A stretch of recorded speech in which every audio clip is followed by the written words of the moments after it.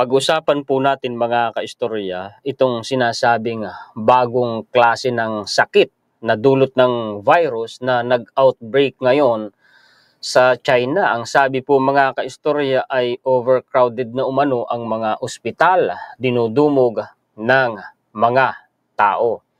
Pagkatapos po ay bigyan ko rin kayo ng update tungkol po sa mga internal na balita dito po sa ating bansa. Ito po yung mga references natin, ipakita ko po sa inyo. Huwag na tayong magpaligoy-ligoy pa para hindi po maging boring ang atin pong discussion. Ano po mga kaistorya? May content itong si China Observer na ang sinasabi po sa kanyang title, China's Hospitals Overcrowded Amid Virus Outbreaks sa China. Mga kaistorya, yung title nga niya, Multiple Viruses Erupt. Pasensya sa aking pronunciation, ganyan talaga. Kung bulol po ang dila, wala nang bago dun. At di ko na kayang mabago yun, mga kaistorya. Ngayon, niresearch ko po ito at totoo nga na meron ngang ganyang sakit na outbreak ngayon sa China. Ito po yan, mga kaistorya. Basahin ko po. Hygiene stressed amid norovirus outbreak in China. Aba, anong nangyayari sa China, mga kaistorya? Aba ay mukha yatang sila lamang yung natatanging bansa na sunod-sunod na tinatamaan ng mga kakaibang uri ng sakit. Ano ba itong norovirus na ito? Mga kaistorya, basahin natin dito sa Cleveland Clinic. Ang sabi po dito, norovirus is a common and very contagious virus. Ang sabi, very common naman daw po ito mga kaistorya. Ibig sabihin, karaniwan daw po itong norovirus. Ang problema po dito sa norovirus na ito ay masyadong nakakahawa ang sakit na ito. At ang iba pa, mga kaistorya, o ang kakaiba dito sa China, ito kung napapansin po ninyo, mula sa COVID, meron pang mga kasunod na outbreak ng sakit sa kanila. Ano po? Ito lang nakaraan, ginawa natin ng content, kung hindi ako nagkakamali, tungkol naman ito sa white lung pneumonia. At wala rin po yung kagamutan, mga kaistorya. At yun din po ay, kumbaga mga kaistorya, kagagawan din ng China. Yung bakterya na yun ay hindi tinatalaban ng antibiotic at yun ang nagkukos ng tinatawag na white lung pneumonia na ang karaniwang tinatamaan ay mga bata. Nangyari yun sa China, mga kaistorya, dahil sa kanilang farming technique, sa kanilang mga farm. Yung mga alaga nilang hayop ay kinakargahan nila ng mga chemicals, mga kaistorya, na nagdulot po para mabilis na lumaki yung kanilang mga alagang hayop. Ang problema, nag-produce po yun ng isang uri ng bakterya na hindi na tinatalaban ng antibiotic. At kung napansin niyo, nabanggit natin na ang tinatamaan nun karaniwan ay mga bata. Ito rin po, itong norovirus na ito na outbreak umano ngayon sa China, ay mga bata rin po ang tinatamaan nito. Ang nagiging sintoma po nito ay ito yung dulot nito sa tao. It causes nausea, pagkahilo, vomiting, pagsusuka, diarrhea, yung pagdudumi ng halos tubig, mga kaistorya. Your symptoms may be similar to the stomach flu, but they have a different cause. Norovirus spreads easily through close contact. Mabilis po itong makahawa, mga kaistorya, or on non-contaminated food or surfaces. Maging sa mga sa mga contaminated na pagkain, maaari kang mahawahan nito. Wala raw pong vaccine pa sa norovirus, wala pang gamot. But the illness runs its course in fewer than 3 days. 3 araw lang naman ay maaari nang gumaling. Ang problema, sa loob po ng period na yan na 3 araw, yung bata ba na tinamaan yan ay makaka-survive? Yun ang tanong doon, mga kaistorya. Basahin pa po natin itong isang referensya natin kanina na pinakita ko sa inyo. Ang sabi po dito, basahin natin The norovirus outbreak has affected multiple areas in China. Aba, ay malawakan. Maraming area daw po mga kaistorya ang tinamaan sa China, with infections spreading since October. Aba, mula pa pala nung October. Ibig sabihin mga kaistorya, humigit kumulang 3 buwan na itong nangyayari sa China.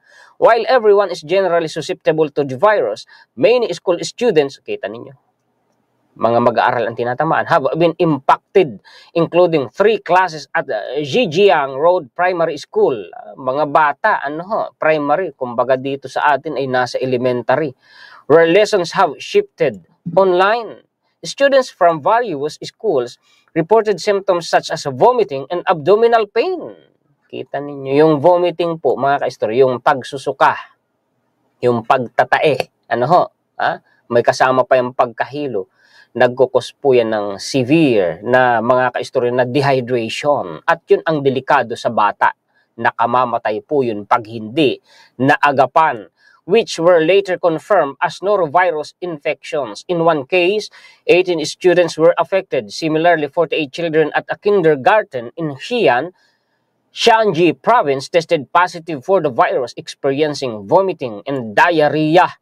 To address the outbreak, the Chinese Center for Disease Control and Prevention released the technical guidelines for prevention and control. So, totoo nga, kasi umaksyon na yung gobyerno nila, mga kaistorya. So, totoong nangyayari po ito sa China. Norovirus is highly contagious. Ito ikang norovirus na ito ay talagang nakakahawa, madaling makahawa, mabilis makahawa, requiring only a low infection dose, and its symptoms can spread rapidly in crowded places. Kaya, hindi po ba sa loob ng isang classroom? O kaya ganoon, mabilis daw pong makahawa sa mga area na overcrowded o maraming tao. The guidelines stress isolating infected individuals promptly and implementing thorough disinfection, so on and so forth. So, totoo nga, confirm, mga kaistorya, na totoong may outbreak ng norovirus sa China. Mga kaistorya. Okay, ito naman, wag na natin pang gawing matagal ang pagdidiscuss natin dyan sa outbreak na yun ng norovirus sa China.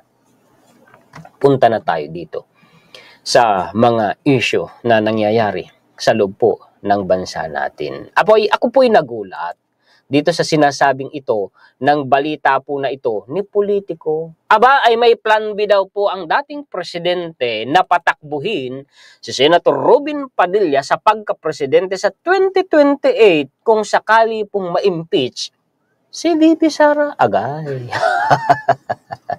Natawan. Sa bagay, sinong pwedeng pumigil sa kanila? Karapatan nila yan, mga kaistorya. Ang tanong lamang kung ibuboto ng taong bayan. Kung mananalo. Yun ang tanong doon, mga kaistorya. Dati na pong sinabi ni Attorney Panelo na gusto niyang i-endorso o patatakbuhin niya itong si Senator Robin Padilla sa pagka-presidente. Kababayan ko itong si Senator Binoy. Pero para sa akin ay hilaw pa, mga kaistorya. Basahin natin kung bakit patatakbuhin yan. May plan B pala sila. Ganon. Ang sabi, mga kaistorya, Senator Robin Padilla will run for president in 2028 if Vice President Sara Duterte is disqualified from seeking public office in case she is convicted in an impeachment trial. Ay kung sakaling ma-impeach sa madaling sabi si VP Sara, mga kaistorya, ay si Senator Robin Padilla ang tatakbo sa pagka-presidente. Napaka-vocal naman ni Vice President, mga kaistorya, na ang sabi niya tatakbo siya, gusto niyang tumakbo sa pagka-presidente. Former Chief Presidential Legal Counsel Salvador Panelo told Politico Live Friday, December 13, mga kaistorya, nung Biyernes, that his plan to field Padilla as presidential candidate already has the blessing of may blessing na daw po, kumbaga may go signal na ito ni dating Presidente Rodrigo Duterte. Padilla and Duterte belong to the same party, PDP lang. Hindi na yung PDP, di ba? Kailan lang yung na-drain up na yung binalita, na-drain up na yung laban. Ang sabi, PDP na lang. Hindi ba kayo updated sa balita? December 13, 2024 naman ito. Bakit ganito pa rin ang balita ni politiko? Kapag pinakulong yan, ang tinutukoy na yan ay si Vice President Sara Duterte, ang patatakbuhin namin si Robin Padilla. Pag si Robin Padilla, game over. Aba, pareho ni Inday Sara, game over din yan. Aba, paano kayo nakakasigurong game over na agad? Aba, kumbaga para sa kanila, panalo na, sigurado na ang laban. Aba, marami pang pwedeng mangyari. Huwag munang magbilang ng ng sisiw hanggat hindi pa pisa ang itlog. Ano ho, mga kaistorya? He said, Padilla was speechless. Palagay ko na may papayag yan at kakasaya si Senator Binoy. Ewan? He said, Padilla was speechless when he heard about the plan when they were in room together recently for a TikTok live stream. Aba, yung mga nagti-TikTok na nga ito, yung mga sumasayaw-sayaw pa yung tatlo eh. Ano? Sasabihin ko na sa'yo ang napag-usapan namin ni Presidente. So naririnig ko siya, speechless. Sabi ko, ihanda mo na sarili mo kasi pag yan ang nangyari, ikaw ang ilalaban namin. Kasi nag-usap na kami ni Presidente and he agrees. Hindi na yung Presidente, ex-President, no? With me, na ikaw talaga ang pwedeng pumalit kay Inday Sara, Panilo added. Kung ganun, mga kaistorya, sigurado na sila agad eh. Yun ang kanilang pagkakaano eh. Mga terminong binatawan, likhala mo eh. Sigurado na mananalo. Nakapo. Kayo mga kaistorya, ano po sa pulso ninyo? Ito yan dagdag na balita. Former Chief Presidential Legal Counsel Salvador Panelo on Saturday slammed the findings of the House Quad Committee probe into the previous administration war on drugs. GMA News Online requested comments from the Quadcom and ACOP's media communications team and will release them as soon as they available.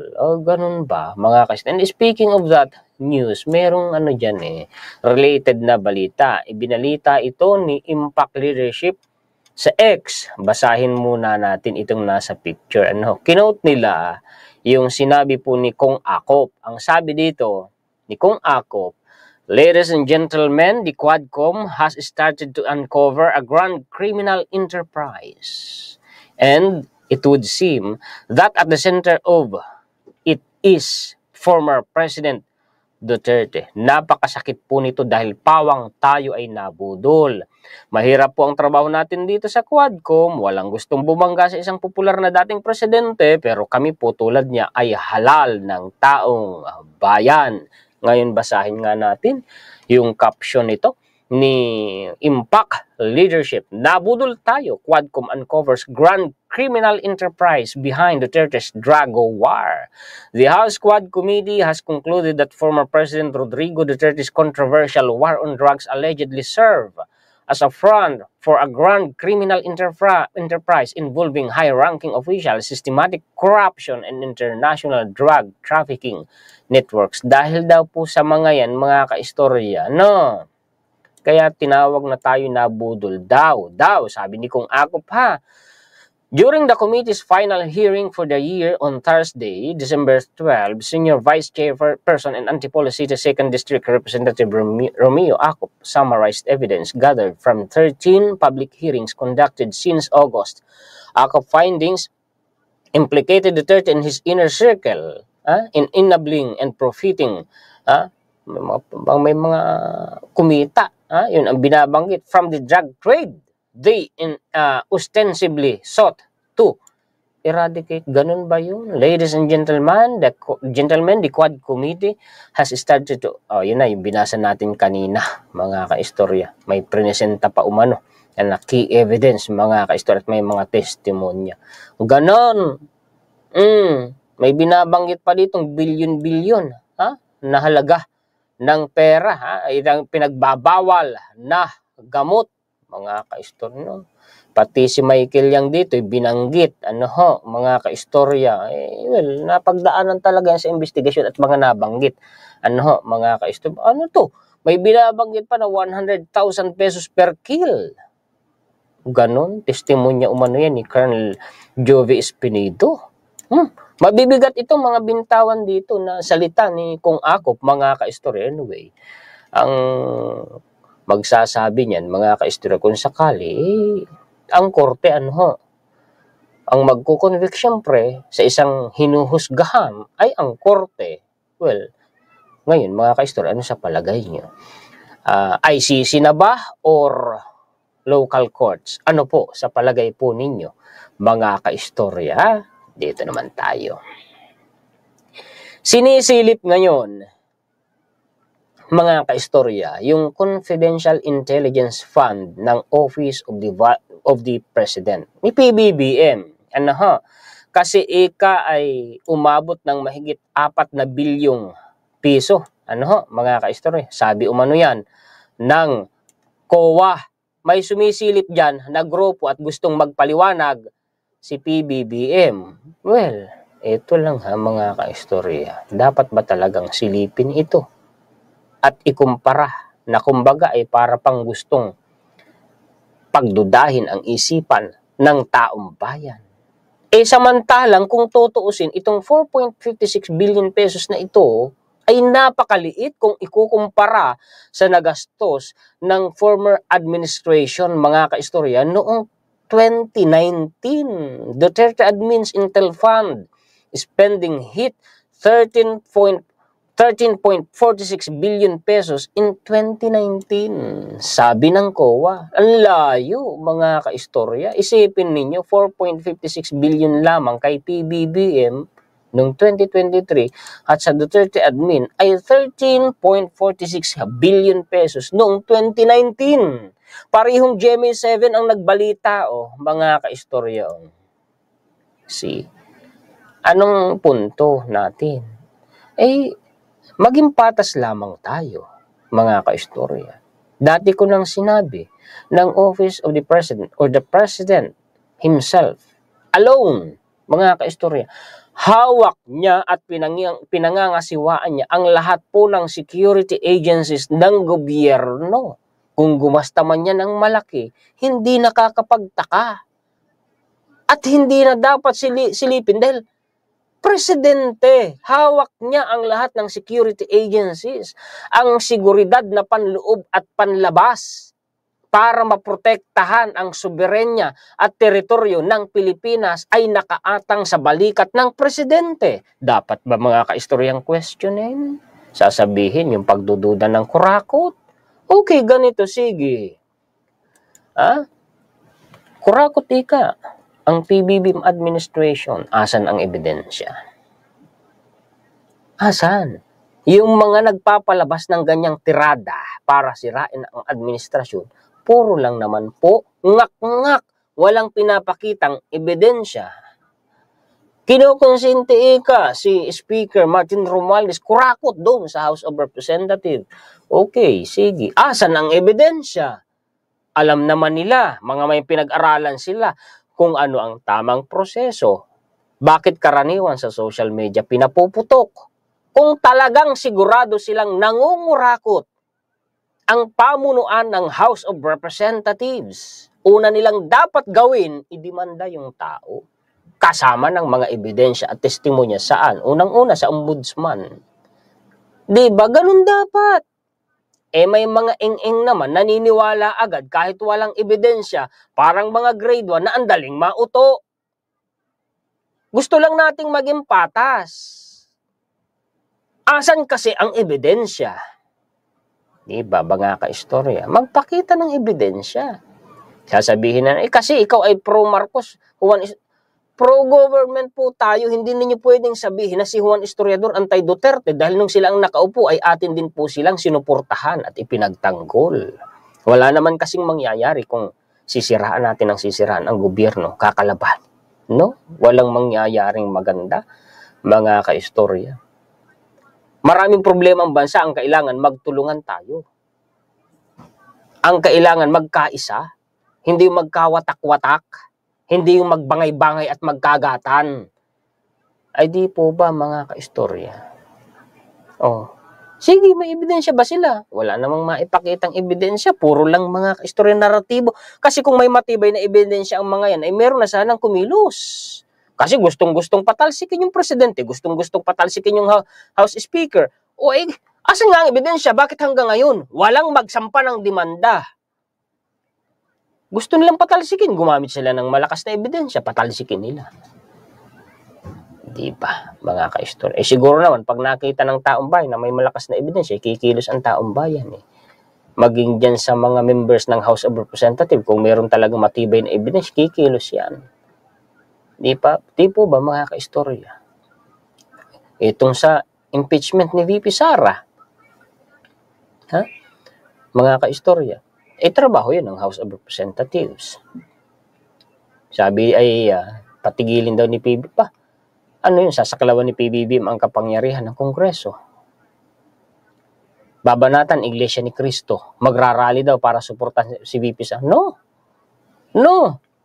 Ang susuportahan ng Iglesia ni Cristo, yung opinion ni PBBM, yung gusto niyang wag nang ituloy ang impeachment. Sasabihin, ang makikinabang dyan si VP Sara. Bakit si PBBM? Hindi ba makikinabang doon? Yun nga ang gusto niya na wag nang ituloy yung impeachment kasi wala daw papakinabangin dyan ang mga Pilipino Diba, mga ka-istorya? Bago ninyo batikusin ang Iglesia ni Cristo, babatikusin muna ninyo si PBBM dahil yun ang kagustuhan ni PBBM.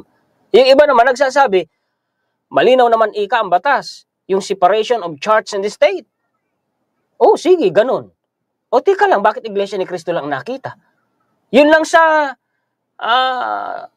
War on Drugs probe sa House of Representatives. Ay di ba't may pari doon na umuusig sa War on Drugs ng dating administrasyon? Bakit Iglesia ni Cristo lang ang nakikita?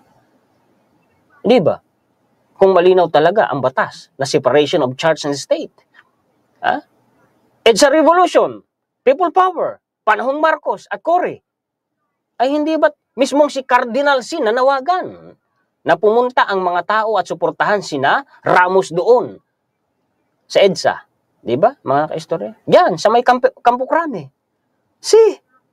Bakit Iglesia ni Cristo lang nakikita? At bakit may mga simbahan na nakapagsasagawa ng rally?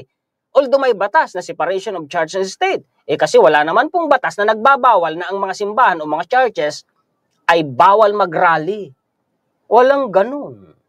Di ba, mga ka-istorya? Kung gusto ninyong i-impose sa mga simbahan na wag silang mag-rally, sabihan muna natin ang mga mamabatas na gumawa sila ng batas na nagbabawal sa mga simbahan na mag-conduct ng mga rallies. Di ba, mga ka-istorya? Ganun yun. Maging patas lang kasi tayo, wag ang titingnan natin iba tapos sa sarili natin, di natin titingnan. Unfair yun, mga ka-istorya. Nasa bansang demokrasya tayo. Di po ba? Ngayon, kung sasabihin naman na yung sa corruption nga, ay di kung masampahan nilang kaso, may matibay na ebidensya, at sinabi ng korte, kurakot nga dahil may ebidensya, so be it. Korte ang nagsabi. So wala namang ganun. Puro lang mga ngak-ngak. Ay di po ba, mga ka-istorya? Okay, bago tayo matapos, nagiging sensational na itong zero budget, mga ka-istorya, sa PhilHealth, itong sa GAA, wala daw budget na ibinigay, zero subsidy. Tika lang. Ano ba kasi ang subsidiya?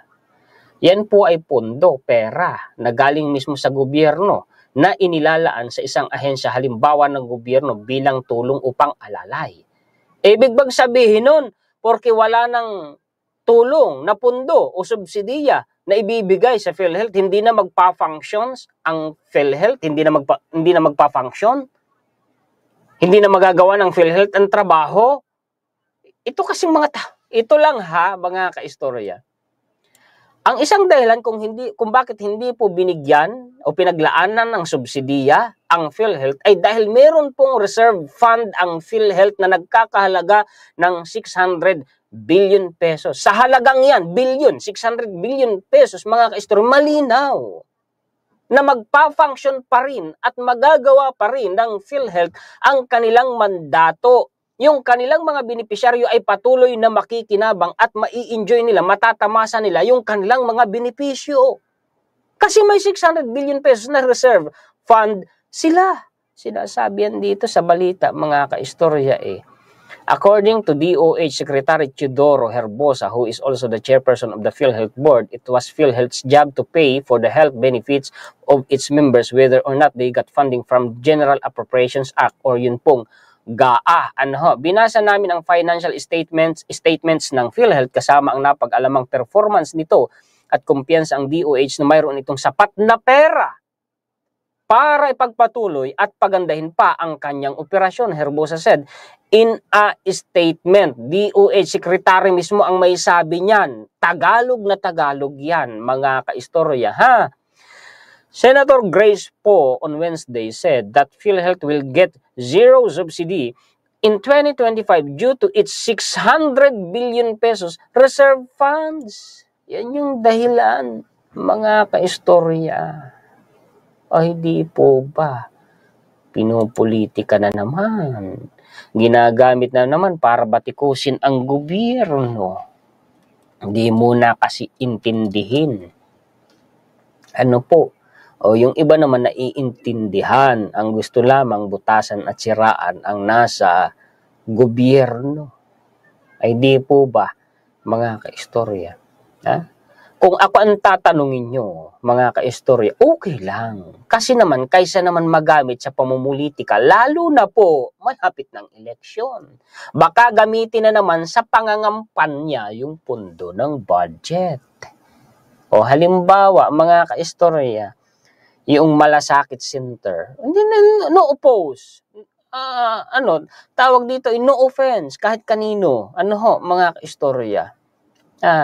Ito, uunahin ko na. Maganda ang nagawa ng Malasakit Center. Kasi mas madali nang makahingi ng tulong ang mga pasyente. Kasi nandun na mismo sa hospital. Hindi ka napupunta pa ng PhilHealth office at pipila. Dati kasi mga kaistorya sa mga ospital, no. Halimbawa, pag walang gamot dun, aabunuhan muna nung pasyente o nung kamag-anak ng pasyente. And then, i-reimburse yan ng PhilHealth. Lalakarin pa nila, di maproseso. So, ang naging tulong nitong Malasakit Center, napadali ang paghingi ng tulong ng mga benepisyaryo. Naging mabilis ang proseso. Ngayon, ito ang tanong diyan. Utang na loob ba natin yan sa isang politiko? Hindi po. Kasi po, mga kaistorya, unang-una, hindi niya yun pera. Pera din ng taong bayan yun. Galing yun sa bulsa ng taong bayan. Paano natin naging utang na loob sa isang politiko? Di ba, mga kaistorya? Pangalawa, eto kung wala si ganito na politiko, ay hindi magkakaroon ng ganyang batas. Teka lang. Elected official yan. Trabaho niya yan. Kung ginawa man niya yan at naisa batas at napakinabangan ng sambayan ng Pilipino, normal. Elected official, trabaho niya yun eh. Paano naging utang na loob? Di po ba, mga istorya? Uulitin ko, oo, may pakinabang. At malaki ang naging pakinabang ng mga Pilipino dyan. Pero hindi yan utang na loob sa isang politiko, mga kaistorya. Unang-unang mandato nila yun, na gumawa ng mga ganung batas, na pakikinabangan ng taong bayan. Trabaho nila yun. Pangalawa, mga kaistorya, hindi nila pera yun. Tapos gagamitin sa pangangampanya. Naiisip ba ninyo, mga kaistorya? Karaniwan kasi sa mga politiko, mga kaistorya, wala tayong inanong sino ang politiko. Karaniwan yan ginagamit nila eh. Ikakabit nila yung pangalan nila. Kung tutuusin, trabaho naman nila yun. Hindi yun utang na loob ng mga Pilipino. Hindi rin nila pera yun. Di po ba, mga kaistorya? Ginagawa na namang issue itong sa PhilHealth na ito eh. Anyway, mga kaistorya, yan naman ang aking mga reaction lamang, kritisismo. Mga opinion ko lang, mga komentaryo ko, pero palagay ko may punto naman po tayo. Di po ba, mga kaistorya? Ayaw ko sanang mag-react sa mga issue na yan. Kaya lang, mga kaistorya, masyado namang ginagawa ng hindi na maganda eh. Mga kababayan natin, kaya tayo bumabagsak, nagkakagatan. Sa halip na magkaisa na lamang at sumuporta sa gobyerno, dami-daming problema ng bansa natin eh. Di po ba, mga kaistorya? Ito pa, balita ni News 5. Tiniyak ni Pres Bongbong Marcos ng patuloy na lalabanan ng kanyang administrasyon ang smuggling at hoarding. Pinangunahan ng Pangulo ang distribution ng 178.5 milyong peso halaga ng nasabat na isda sa mga residente ng Basico sa Maynila. Ngayon sa noong December 14. Di maganda, good move. Sasabihin, nako, involved na naman yan sa First Lady. Iimbestigahan ba yung hoarding na yan ng mga mambabatas? Kung involved dyan ang First Family, naku, lilitaw at lilitaw. Sino nagpaputok niyan? Yung nasa Amerika, na bayani ng mga sinungaling. Hanggang ngayon, puro lang naman ngak-ngak. Wala naman pinapakitang ebidensya. Naniniwala naman yung mga eng-eng. Katanda na, may mga pinag-aralan pa, naniniwala sa kwento-kwentong walang ebidensya.